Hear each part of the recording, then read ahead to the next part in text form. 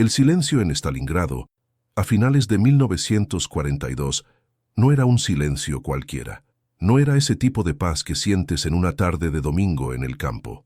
Era un silencio pesado, sofocante, que parecía cargar con el olor a metal quemado, humo de pólvora y el aroma dulce y terrible de la muerte que se quedaba impregnado en las ruinas. En medio de este escenario de pesadilla, un soldado alemán de la Wehrmacht, el ejército más moderno y temido que el mundo jamás había visto, sostenía su fusil de última generación. Estaba confiado. Después de todo, formaba parte de una maquinaria de guerra que se había tragado a Europa entera en cuestión de meses. Tenía la tecnología, tenía el entrenamiento y tenía la certeza de que nada en aquel país gélido y devastado podría detenerlo. Pero, de repente, un sonido seco rompe el aire congelado. No es el sonido de una ametralladora moderna o de una explosión de artillería. Es un chasquido metálico, bruto, como si alguien estuviera golpeando un martillo contra un yunque. Un segundo después, el mundo de ese soldado se derrumba. Ni siquiera oye el disparo que lo alcanza. A cientos de metros de allí, escondido entre los escombros de una fábrica de tractores, un campesino ruso que nunca había salido de su aldea hasta que empezó la guerra, acciona un cerrojo pesado y expulsa un casquillo de latón humeante. En sus manos no hay tecnología de punta. Lo que sostiene es un trozo de madera tosca y acero rústico, un diseño de 1891. Un arma que los generales alemanes consideraban basura obsoleta, una reliquia del siglo pasado que debería estar en un museo y no en un campo de batalla moderno. Esa arma era el Mosin Nagant, y este fue sin duda el único error de cálculo de la Wehrmacht que lo cambió todo. Pensaron que la sofisticación vencería a la simplicidad. Pensaron que la ingeniería alemana, con sus piezas ajustadas al milímetro, aplastaría la rusticidad rusa. Pero olvidaron que en el infierno del frente oriental, lo sofisticado se rompe y lo simple sobrevive. El Mosin Nagant no era solo un rifle, era una estaca de hierro que disparaba. Era una herramienta hecha para funcionar en el lodo, en el hielo, en la sangre y en las manos de quien no tenía nada que perder. ¿Cómo fue que un rifle creado en la época de los zares, apodado maliciosamente como la estaca que dispara, logró convertirse en la mayor pesadilla de los soldados de Hitler? ¿Cómo un arma tan rudimentaria transformó a personas comunes en leyendas como Vasily Zaitsev y la implacable Lyudmila Pavlichenko? Si quieres entender cómo la resistencia rusa usó la simplicidad para destruir la arrogancia tecnológica de la Alemania nazi, necesitas conocer esta historia de principio a fin. Prepárate para sumergirte en las trincheras más sangrientas de la historia. Suscríbete ahora y únete a nuestra legión de historiadores para no perderte ningún detalle de esta jornada épica. Para entender el impacto del Mosin Nagant, tenemos que retroceder en el tiempo, mucho antes de la Segunda Guerra Mundial. La historia comienza en 1891, en una Rusia que aún era un imperio comandado por zares. El ejército imperial necesitaba desesperadamente un nuevo rifle. Querían algo que fuera duradero, barato y, sobre todo, fácil de usar para millones de campesinos que apenas sabían leer, pero que sabían muy bien cómo sobrevivir al invierno siberiano. Fue ahí donde dos hombres entraron en escena: Sergei Mosin, un capitán del ejército ruso y diseñador de armas, y Emile Nagant, un diseñador belga que ya tenía fama en Europa. Hubo una disputa intensa entre ambos. El proyecto de Sergei Mosin se enfocaba en la robustez absoluta. Por su parte, el de Emil Nagant tenía algunos refinamientos técnicos que a los rusos les gustaban. Al final, el gobierno ruso hizo lo que mejor sabe hacer. Tomaron lo mejor de cada uno, lo mezclaron todo y crearon el rifle de 3 líneas, que el mundo conocería como Mosin Nagant. Pero no te engañes, aunque el nombre del belga estuviera ahí, el alma del arma era puramente rusa. Era bruta. El cerrojo era duro de abrir. El gatillo no tenía la suavidad de un reloj suizo, y la bayoneta se quedaba casi todo el tiempo fijada en la punta, transformando el rifle en una lanza de casi 2 metros de largo. Cuando la Wehrmacht invadió la Unión Soviética en 1941, los soldados alemanes estaban en la cima del mundo. Tenían el Kar 98K, un rifle de precisión fantástica y subfusiles MP-40 que parecían venir del futuro. Miraban a los rusos cargando esos Mosins largos y toscos y se reían. Para un oficial alemán, aquello era un chiste. Veían el Mosin Nagant como una prueba del atraso soviético. Después de todo, ¿cómo vas a ganar una guerra moderna usando un arma diseñada cuando la gente todavía andaba en carretas? Pero la risa duró poco. El verano ruso pasó rápido y el otoño trajo la Rasputitsa, la estación del lodo. Fue ahí donde la ingeniería alemana empezó a mostrar sus debilidades. Las armas alemanas estaban tan bien fabricadas, con tolerancias tan ajustadas entre sus piezas, que cualquier grano de arena o un poco de lodo ruso hacía que el mecanismo se trabara. El soldado alemán tenía que pasar horas limpiando su arma con cuidado quirúrgico para que no fallara en el momento crucial. Mientras tanto, el soldado ruso, el Iván, como lo llamaban los alemanes, ni se preocupaba. El Mosin Nagant de Sergei Mosin fue hecho con holguras deliberadas. Si entraba lodo, el cerrojo seguía funcionando. Si entraba arena, seguía disparando. Si el aceite se congelaba con el frío de 30 grados bajo cero, el soldado ruso simplemente orinaba sobre el cerrojo para descongelar el mecanismo y seguía disparando. Era un arma que se negaba a morir. Era un arma que entendía el terreno que pisaba. La producción de esta leyenda se llevaba a cabo en centros industriales como Tula e Izhevsk. Eran fábricas gigantescas que escupían miles de rifles al día. No había tiempo para acabados bonitos o maderas de lujo. El acabado era tosco. La madera muchas veces traía astillas, pero el cañón era de un acero que aguantaba el trato duro. Y fue con esta herramienta rústica que los soviéticos empezaron a darle la vuelta al juego. La Wehrmacht cometió el error fatal de subestimar la resiliencia humana aliada a la simplicidad técnica. Pensaron que la guerra se decidiría por tanques y aviones, pero olvidaron que al final del día, quien mantiene el terreno es el hombre con el rifle en la mano. Para entender cómo aquel trozo rústico de madera y hierro se convirtió en el terror de los generales alemanes, tenemos que atrasar el reloj, y no poco. Tenemos que viajar a finales del siglo XIX, por allá de los años 1880. En aquella época el imperio ruso era un gigante, pero un gigante que tropezaba con sus propios pies. El ambiente era de tensión total. Imagina el escenario. Rusia acababa de salir de la guerra ruso-turca y, vaya, el resultado fue un golpe de realidad brutal. Los soldados rusos estaban allí, en medio del lodo y la nieve, intentando luchar con rifles Verdán de un solo tiro.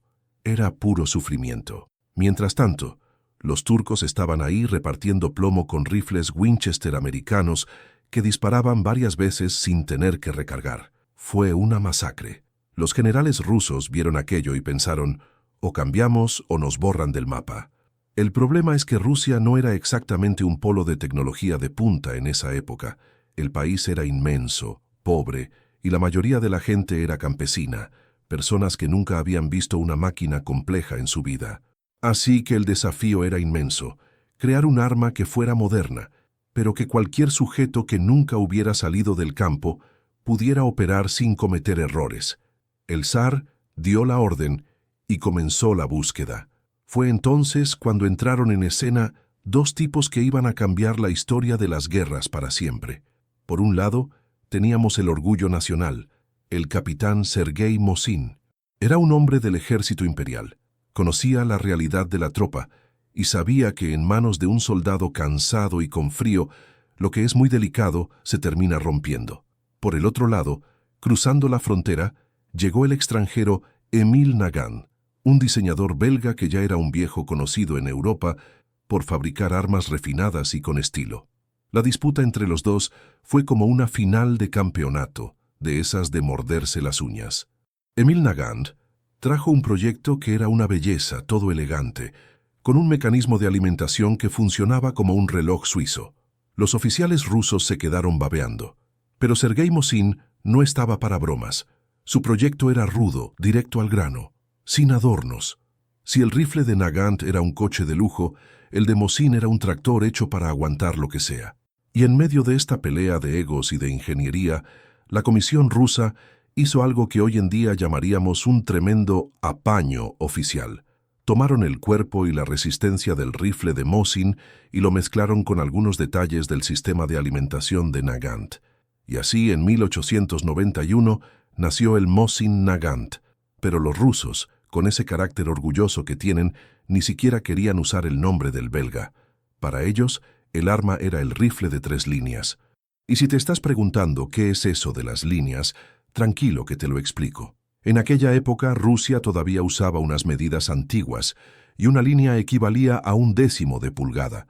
3 líneas daban exactamente 7,62 milímetros. Ese calibre se volvería legendario. Era un tiro potente, capaz de atravesar un caballo si era necesario. Pero lo que realmente importaba no era solo la fuerza del disparo, era el alma del arma. La producción comenzó a todo vapor en las fábricas de Tula e Izhevsk. Imagina el calor de aquellas forjas, el olor a aceite quemado y el sonido metálico de las prensas golpeando día y noche. Miles de rifles saliendo de la línea de montaje. Y aquí es donde está el truco. La simplicidad fue integrada en el ADN del arma desde el primer tornillo. Sergei Mosin sabía que el soldado ruso llevaría ese rifle a los lugares más inhóspitos del planeta. Le caería lluvia, le entraría arena, se congelaría a -40 grados. Si el rifle tuviera muchas piezas pequeñas, saldría mal a la hora de la verdad. Por eso, el Mosin Nagant fue hecho para ser desmontado y montado por cualquiera, sin usar casi ninguna herramienta. El cerrojo, que es el corazón del arma, era tan simple que hasta parecía un chiste comparado con los rifles alemanes que vendrían después. Esa simplicidad era lo que los críticos de la época llamaban obsolescencia. Decían que Rusia estaba fabricando una reliquia, una estaca que dispara, pero de lo que nadie se dio cuenta en aquellos salones lujosos de San Petersburgo es de que estaban creando la herramienta perfecta para la supervivencia. Mientras el resto del mundo buscaba el refinamiento, Rusia buscaba la resiliencia. El Mosin Nagant no era solo un arma, era un espejo del propio pueblo ruso, duro, resistente e imposible de romper. Cuando los primeros soldados recibieron el rifle, la sensación era de que finalmente tenían algo en qué confiar. No era un instrumento de precisión quirúrgica para un lord inglés, era una herramienta de trabajo para un campesino obligado a ser soldado. Y ese ADN de todoterreno iba a ser probado de una manera que nadie podía imaginar. El arma atravesó el cambio de siglo, vio caer al imperio y surgir a la Unión Soviética de las cenizas. E incluso con el mundo cambiando, el rifle seguía ahí, firme y fuerte. La Wehrmacht, años después, miraría este diseño de 1891 y se echaría a reír. Ellos tenían la tecnología, el diseño moderno, la ingeniería de punta.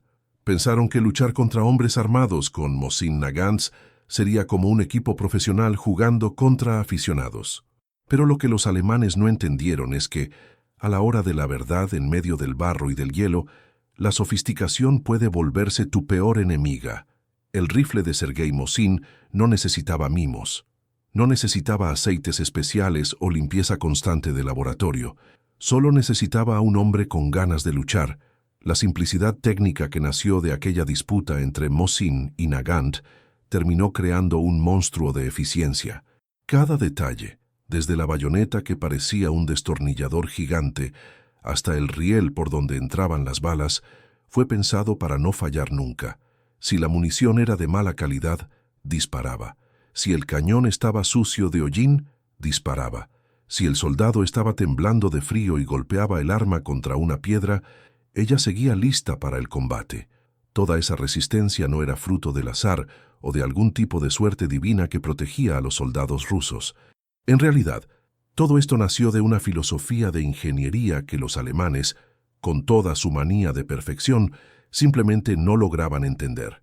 Mientras los ingenieros allá en Berlín estaban obsesionados con crear rifles que parecían obras de arte de la relojería suiza, Sergei Mosin estaba enfocado en la realidad brutal de las estepas.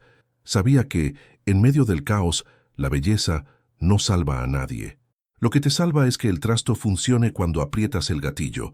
No importa si se cayó en un pantano o si pasó la noche bajo 1 metro de nieve. Para entender esa diferencia, tenemos que ver qué estaba pasando en las manos de ambos ejércitos. El soldado de la Wehrmacht cargaba el Mauser Kar-98K. Amigo, era un tremendo rifle. Si lo ponías en un soporte y disparabas a un blanco a 500 metros, tenía una precisión quirúrgica. Pero tenía un problema crónico. Era demasiado delicado. Las piezas del Mauser estaban hechas con lo que los mecánicos llaman tolerancia mínima. Eso significa que todo encajaba de una forma tan apretada, tan perfecta, que no sobraba espacio ni para un cabello entre los engranajes. Para un ingeniero alemán, eso era la cima de la tecnología. Para un soldado en medio del lodo ruso, eso era una sentencia de muerte. En cambio, el Mosin Nagant, que la gente llamaba cariñosamente el 3 líneas, era todo lo contrario. Si tomabas un Mosin en la mano y le dabas una sacudida, oías las piezas traqueteando. Parecía que el arma estaba algo floja, como si hubiera sido montada a las prisas por alguien que no sabía lo que hacía. Pero era exactamente ahí donde residía el secreto. Sergei Mosin diseñó el rifle con holguras deliberadas. Si entraba arena, si entraba tierra, si el aceite lubricante se convertía en una grasa pegajosa por el frío, el rifle seguía operando. Había espacio de sobra para que la suciedad se quedara ahí dentro, sin trabar el mecanismo. Era como si el rifle hubiera sido hecho para ser maltratado. Mientras el Mauser era un coche de lujo que no podía ver un bache, el Mosin era como ese viejo escarabajo que puedes meter al barro, darle un martillazo y sigue subiendo la cuesta sin quejarse. Esa filosofía de menos es más era lo que separaba la victoria de la derrota. Imagina la desesperación de un soldado alemán en las ruinas de Stalingrado. El tipo está ahí, con frío, con hambre, y su rifle simplemente se traba porque un poco de polvo de ladrillo entró en el cerrojo. Intenta abrir el arma y no se mueve. Tiene que parar todo, sacar un kit de limpieza, usar aceites especiales y tener la paciencia de un monje para que el arma vuelva a disparar. Ahora mira al otro lado. El soldado ruso, el Ivan, está en la misma situación, pero si su Mosin se traba, le da una patada al cerrojo, tira de la palanca con toda la fuerza del brazo y el rifle escupe la bala. El bicho era bruto, era rústico, pero era implacable. En las fábricas de Tula e Izhevsk, el ambiente era de urgencia total. Tenías a mujeres, ancianos y hasta niños trabajando día y noche para poner esas armas en manos de los soldados. El acabado era lo de menos. La culata de madera muchas veces traía astillas. El metal no estaba pulido y el olor a grasa barata lo impregnaba todo. Si lo mirabas de cerca, parecía una herramienta de albañil, no un arma de guerra moderna. Pero cada una de esas piezas de acero y madera cargaba una promesa. No te voy a dejar tirado. Es esa vieja historia que conocemos bien, ¿sabes? Eso de que lo simple resuelve. Tenemos esa manía de pensar que lo más caro y sofisticado es siempre mejor, pero cuando las cosas se ponen feas de verdad, lo básico es lo que funciona. Los alemanes se quedaron en shock cuando empezaron a capturar estos rifles.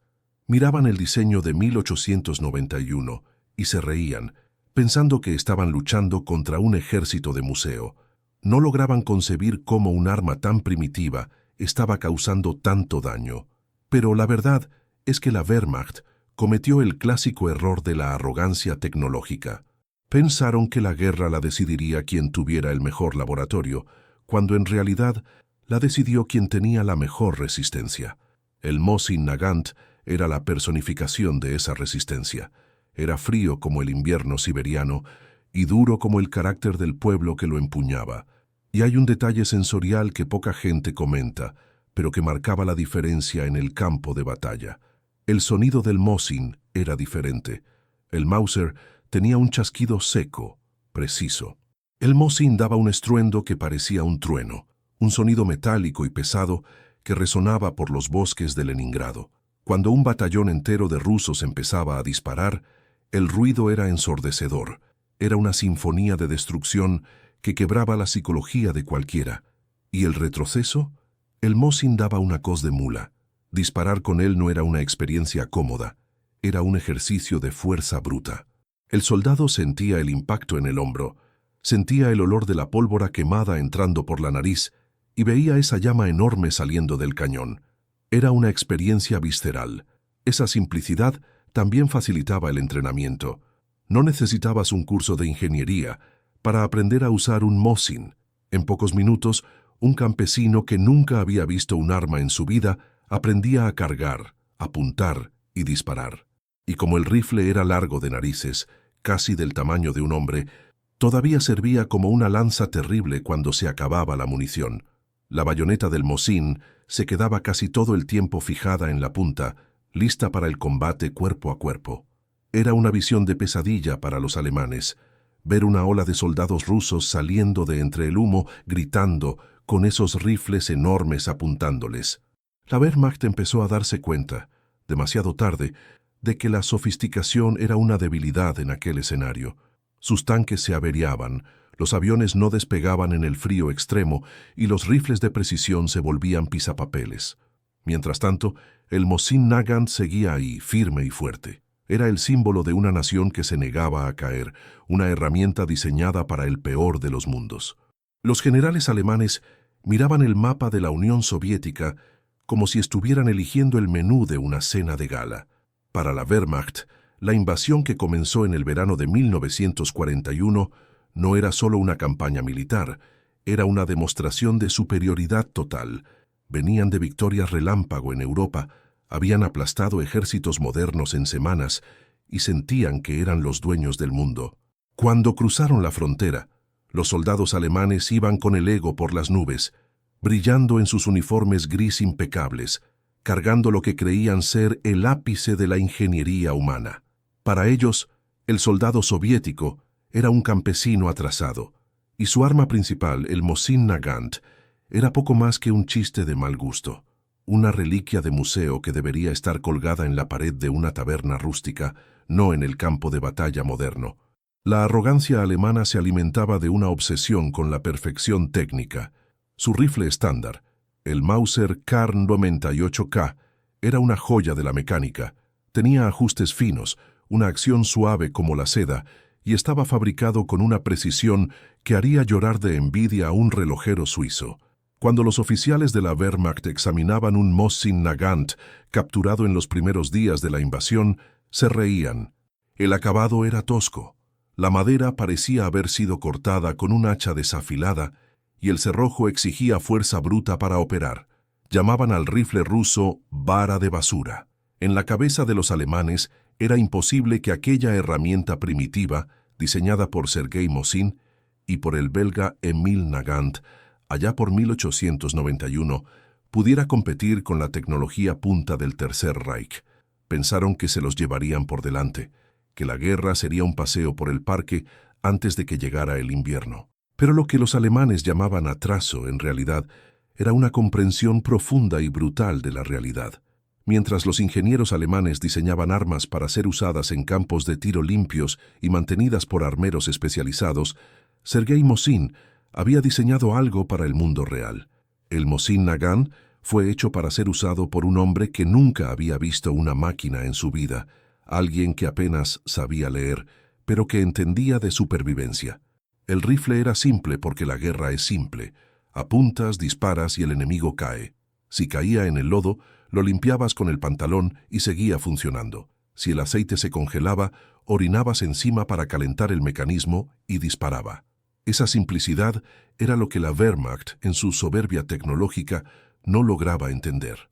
Durante los primeros meses de la Operación Barbarroja, la confianza alemana parecía justificada. Avanzaban cientos de kilómetros al día, cercando a ejércitos enteros y capturando montañas de equipo soviético. El olor a diésel y humo de pólvora dominaba el aire, y el sonido de las orugas de los tanques Panzer parecía el anuncio de un destino inevitable. Los soldados alemanes escribían a casa diciendo que en pocas semanas estarían desfilando en la Plaza Roja. Miraban a los prisioneros rusos, hombres agotados, sosteniendo sus viejos Mosins, y sentían lástima. ¿Cómo esperaba esa gente detener a la máquina de guerra más moderna de la historia, con un rifle que tenía casi 50 años de antigüedad? Lo que no percibieron es que Rusia es un monstruo que devora la sofisticación. A medida que el verano pasaba y las carreteras de asfalto de Europa quedaban atrás, sustituidas por el polvo infinito y luego por el lodo pegajoso de las estepas, la tecnología alemana empezó a toser.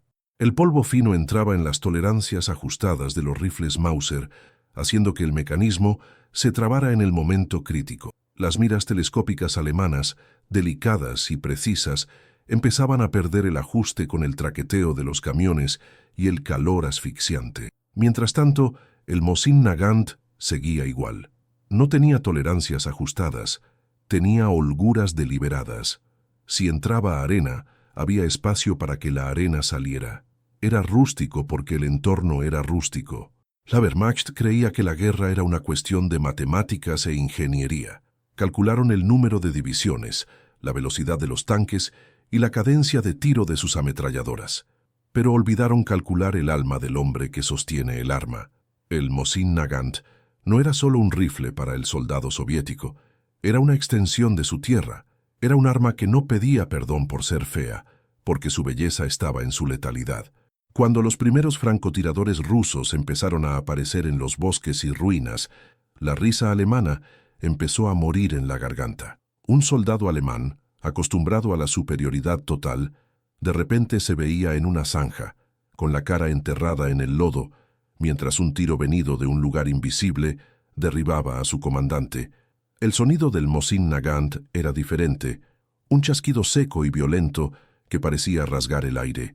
Era el sonido de 1891, volviendo para acechar al siglo XX. Los generales en Berlín todavía movían pines en el mapa, ignorando los informes que decían que el viejo rifle estaba causando estragos. Se negaban a aceptar que su perfección estaba siendo derrotada por la simplicidad bruta. Esa arrogancia ciega impidió a los alemanes ver que estaban cayendo en una trampa monumental. Pensaron que el Mosin Nagant era el símbolo de la debilidad rusa, cuando en realidad era el símbolo de su resiliencia.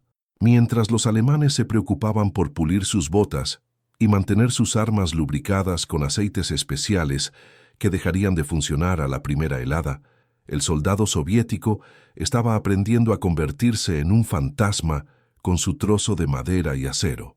La Wehrmacht trajo una orquesta sinfónica a una pelea de navajas en un callejón oscuro, y en el callejón oscuro, quien manda es quien sobrevive al primer golpe. La confianza absoluta en la tecnología hizo que los alemanes ignoraran lo básico.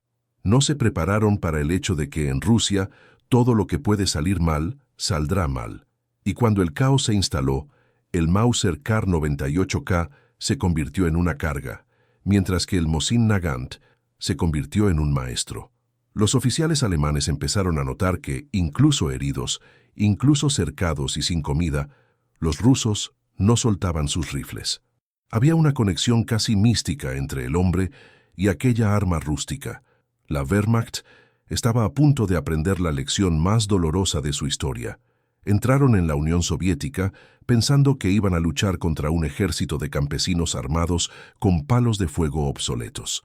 No sabían que cada uno de esos palos de fuego había sido forjado en las fábricas de Tula e Izhevsk con un único propósito: matar invasores que se creían mejores de lo que realmente eran. Cuando llegó el mes de noviembre de 1941, el cielo sobre las estepas rusas cambió de color. El azul pálido dio paso a un gris pesado, casi metálico, que parecía aplastar el horizonte.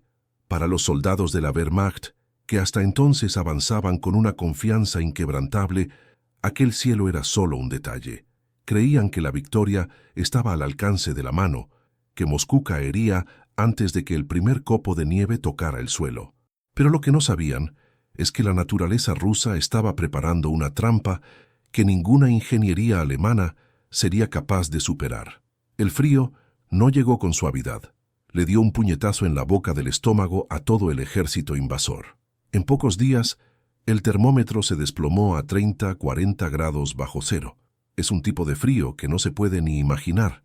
No es ese fresquito de ponerse un jersey de lana. Es un frío que duele en el hueso, que hace que el acero te queme la piel si lo tocas sin guantes, que transforma la respiración en cristales de hielo instantáneos. Y fue exactamente en ese escenario de pesadilla donde el abismo entre la sofisticación alemana y la rusticidad rusa empezó a cobrar su precio en sangre. El soldado alemán Acostumbrado a la precisión de sus equipos, empezó a notar que su tecnología punta se estaba convirtiendo en un peso muerto. El rifle Mauser, una joya de la mecánica, empezó a fallar. El aceite lubricante de alta calidad, hecho para que las piezas se deslizaran como la seda, simplemente se volvió una grasa dura, una especie de pegamento que trababa el cerrojo. Imagina la desesperación de un soldado en medio de un tiroteo, intentando tirar de la palanca del rifle y sintiendo que está soldada. Intentaban de todo. Orinaban sobre las armas para intentar derretir el hielo con el calor del cuerpo, pero en minutos la orina se congelaba y la situación se ponía aún peor. El Mauser, que era el orgullo de la infantería alemana, se estaba convirtiendo en un bastón inútil en medio de la nieve. Mientras tanto, al otro lado de la línea de frente, el soldado soviético sostenía su Mosin Nagant con una tranquilidad sobrenatural. Para el ruso, aquel rifle de 1891 no era una máquina delicada, era una herramienta de supervivencia, bruta y directa. El secreto, la simplicidad extrema que Sergei Mosin imprimió en el diseño décadas antes. Las tolerancias entre las piezas eran mayores, lo que significa que incluso con suciedad o hielo, el mecanismo todavía tenía espacio para moverse. Además, los soviéticos tenían un truco que los alemanes tardaron en entender. Le quitaban todo el aceite a las armas. Dejaban el metal seco o usaban una mezcla rústica de queroseno que no se congelaba. El sonido que resonaba por los bosques de abedules cerca de Moscú era el chasquido seco y violento del Mosin Nagant. Cada disparo era un recordatorio de que la resistencia rusa estaba viva y operativa. El soldado alemán, temblando de frío en uniformes que no eran adecuados para aquel clima, oía aquel sonido y sentía un escalofrío que no venía del viento. Veían a sus compañeros caer uno a uno, alcanzados por disparos que venían de lugares invisibles. El Mosin Nagant no necesitaba mimos. Era como ese coche viejo que tienes en el garaje, que puede estar todo abollado, pero que arranca al primer intento, mientras el coche de lujo del vecino falla con la primera helada. La situación en los campamentos alemanes era de puro horror. Los dedos de los soldados empezaban a gangrenarse. Muchos perdían la sensibilidad, y a la hora de apretar el gatillo, simplemente no sentían nada.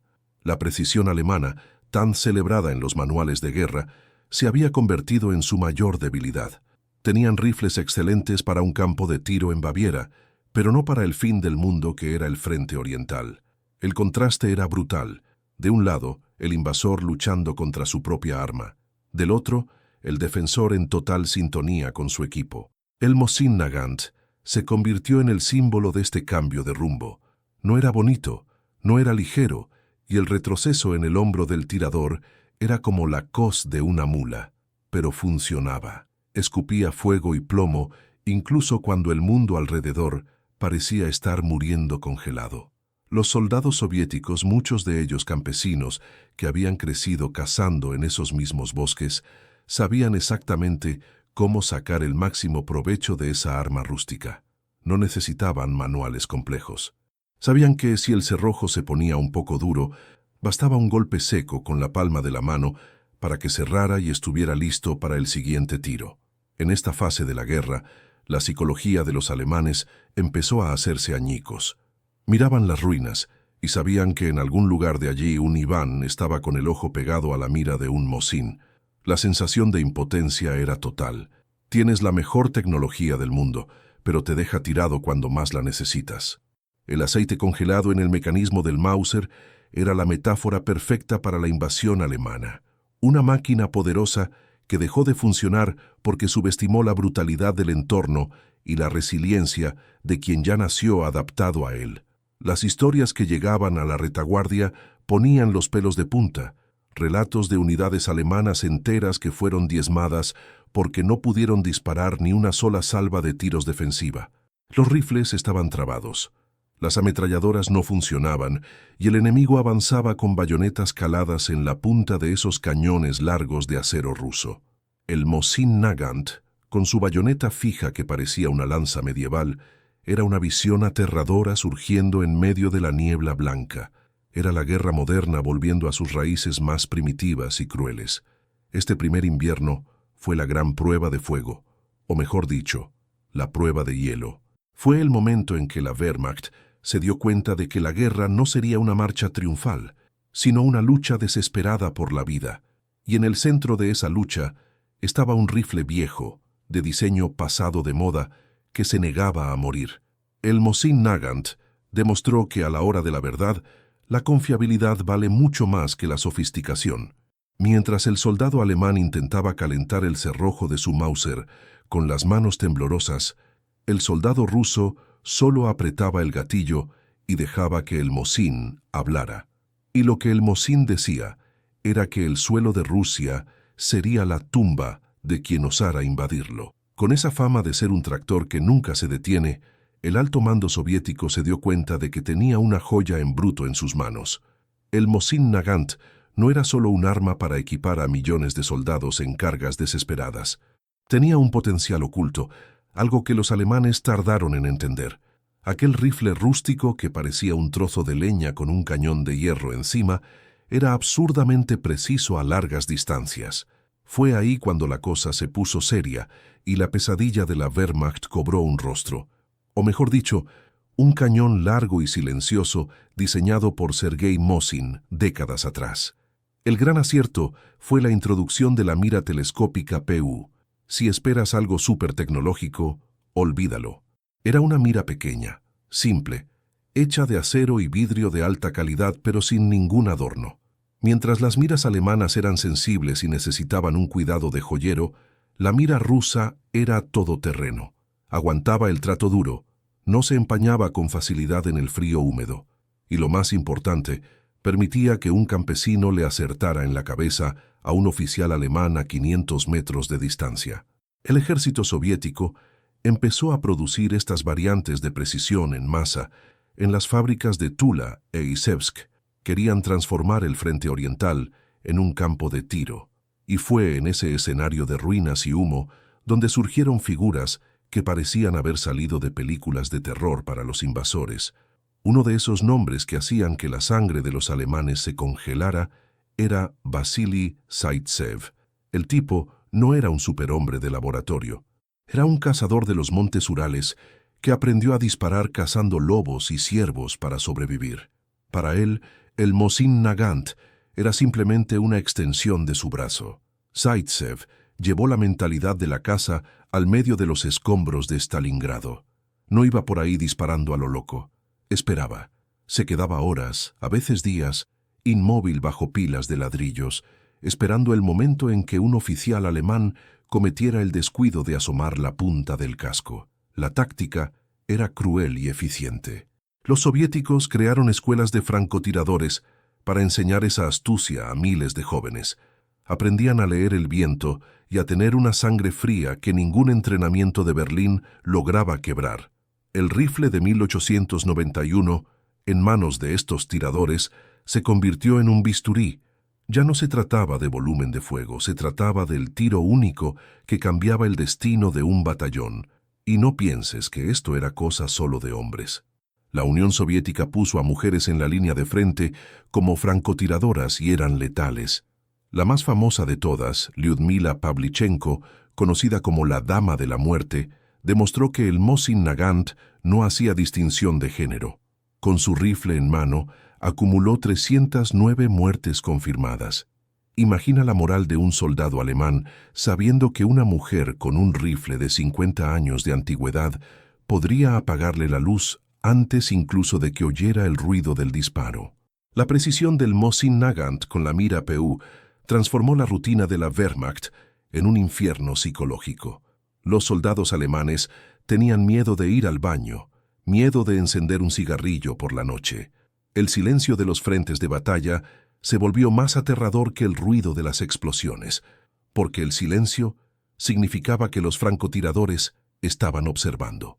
Y el Mosin estaba allí, siempre listo, con su cerrojo duro que exigía fuerza, pero que entregaba un golpe certero de calibre 7.62. Los relatos de los sobrevivientes alemanes de esa época ponen los pelos de punta. Describían cómo veían a sus compañeros caer uno a uno, sin saber de dónde venía el tiro. El Mosin Nagant no daba oportunidad de defensa. Era una muerte invisible que venía de lejos, proveniente de un arma que ellos consideraban obsoleta.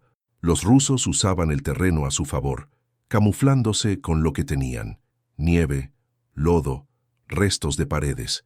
Se volvían parte del paisaje, y el rifle, con su acabado en madera oscura y metal mate, no reflejaba la luz, ayudando a mantener el escondite en secreto. Esta fase de la guerra mostró que la tecnología alemana, aunque sofisticada, era frágil ante la resiliencia rusa y la simplicidad del Mosin. Mientras los francotiradores alemanes usaban rifles Mauser que eran excelentes, pero exigían un mantenimiento constante, el Mosin Nagant aguantaba el maltrato. Si entraba arena, el soldado lo limpiaba con la propia manga del uniforme y seguía disparando. Si golpeaba el cañón contra una piedra, la mira seguía en su sitio. La producción en masa de estas variantes de precisión creó una cultura de francotiradores en todo el ejército rojo. El soldado común miraba al Mosin con un respeto casi religioso. En los bosques de Leningrado, los tiradores se ataban a la copa de los árboles y se quedaban allí, soportando temperaturas bajo cero, solo para tener el ángulo perfecto. El Mosin Nagant aguantaba la congelación junto con ellos, y cuando apretaban el gatillo, el mecanismo funcionaba como si estuviera saliendo de la fábrica. Esa eficiencia transformó al rifle en una leyenda viva. Ya no era solo un arma de infantería, era el símbolo de la resistencia que no aceptaba ser doblegada. Cada oficial alemán derribado por un Mosin era una victoria no solo militar, sino moral. Demostraba que la inteligencia superaba a los maestros de la ingeniería alemana usando una herramienta simple.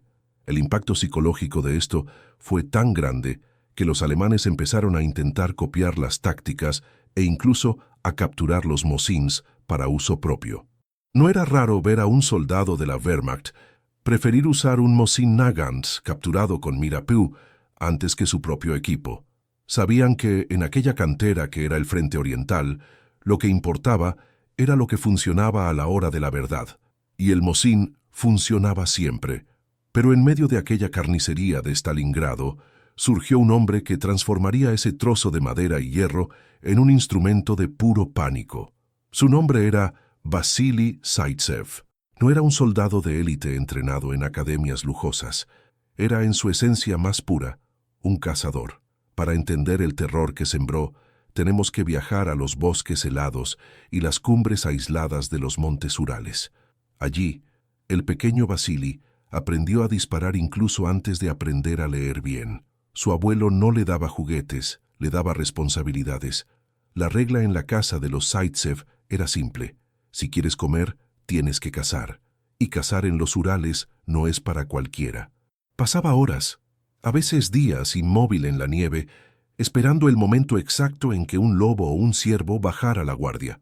Aprendió a controlar su propia respiración, a ignorar el temblor de los dedos congelados y a entender que, en la caza, solo tienes una oportunidad. Cuando Vasily llegó a las ruinas humeantes de Stalingrado, no vio una ciudad destruida. Vio su nuevo coto de caza.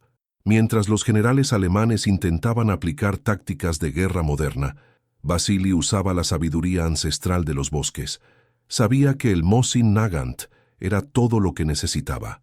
El rifle era rústico y daba una sacudida en el hombro que parecía la coz de una mula, pero nunca fallaba. Si había lodo en el mecanismo, lo limpiaba con la manga del uniforme y seguía. El sonido del disparo del Mosin de Zaitsev se convirtió en la señal de muerte para los oficiales alemanes. Imagina la escena. Un grupo de soldados intenta calentarse alrededor de una hoguera en un edificio en ruinas. Creen que están a salvo. De repente, un chasquido seco corta el aire. Antes incluso de que el sonido resuene entre los escombros, el oficial al mando cae al suelo con un agujero en la frente. No hubo aviso, no hubo batalla, solo la muerte invisible que vino de algún lugar a 500 metros de distancia. El pánico empezó a corroer la moral alemana. Los soldados tenían miedo de asomar la cabeza por encima de la trinchera, miedo incluso de encender un cigarrillo por la noche, porque sabían que el brillo atraería una bala de Vasily. No solo mataba soldados, destruía sus mentes. Creó la técnica de los grupos de 6, donde equipos de tiradores cubrían todos los ángulos de una calle. La guerra psicológica era tan intensa que los alemanes enviaron a su mejor instructor de tiro desde Berlín para cazar a Zaitsev. Fue el duelo de dos mundos. De un lado, la precisión aristocrática alemana. Del otro, el campesino ruso con un rifle de 1891. Durante días, jugaron un ajedrez humano. Vasili venció porque entendía la paciencia. Usó un trozo de vidrio para reflejar la luz del sol y engañar al enemigo. Cuando el alemán se rebeló, Vasili fue más rápido, pero Vasili no estaba solo. Lyudmila Pavlichenko, la dama de la muerte, abatió a 309 enemigos. Demostró que el coraje y la precisión no tenían género. En los bosques de Leningrado, el sonido de su rifle era lo último que cientos de invasores oían. Viajaba por el frente, inspirando a hombres y mujeres. Conforme pasaban los meses, el cerco de Stalingrado se invertía. Los alemanes ahora eran los que estaban hambrientos y rodeados. El frío era su verdugo. La Wehrmacht descubrió que la tecnología punta no sirve de nada si tu soldado está demasiado aterrorizado para apretar el gatillo. El colapso moral fue total. Llamaban a los tiradores rusos fantasmas, porque nunca veían el rostro de quien los mataba. La rendición en Stalingrado fue el principio del fin para el Tercer Reich. El viaje del Mosin Nagant marchó todo el camino de vuelta hasta Berlín. Atravesó ríos congelados, campos de minas y ciudades en llamas. En 1945, cuando izaron la bandera roja sobre el Reichstag, muchos cargaban el mismo rifle que sus padres y abuelos habían usado. Era un arma obsoleta en el papel, pero que acababa de derrotar a la maquinaria de guerra más moderna del planeta. El legado del Mosin Nagant desafía la lógica militar. La respuesta a su éxito no está en la mecánica, sino en la resiliencia humana. El Mosin era el reflejo del pueblo que lo empuñaba. No necesitaba mimos, solo un propósito. Hoy, el Mosin Nagant es un símbolo de un tiempo donde la voluntad de sobrevivir superó a la tecnología. No recuerda que lo que cuenta es el temple de quien sostiene el equipo. Millones de vidas se perdieron, pero la historia de Vasili Zaitsev y Lyudmila Pavlichenko sigue viva en cada marca de uso en la madera de estos rifles.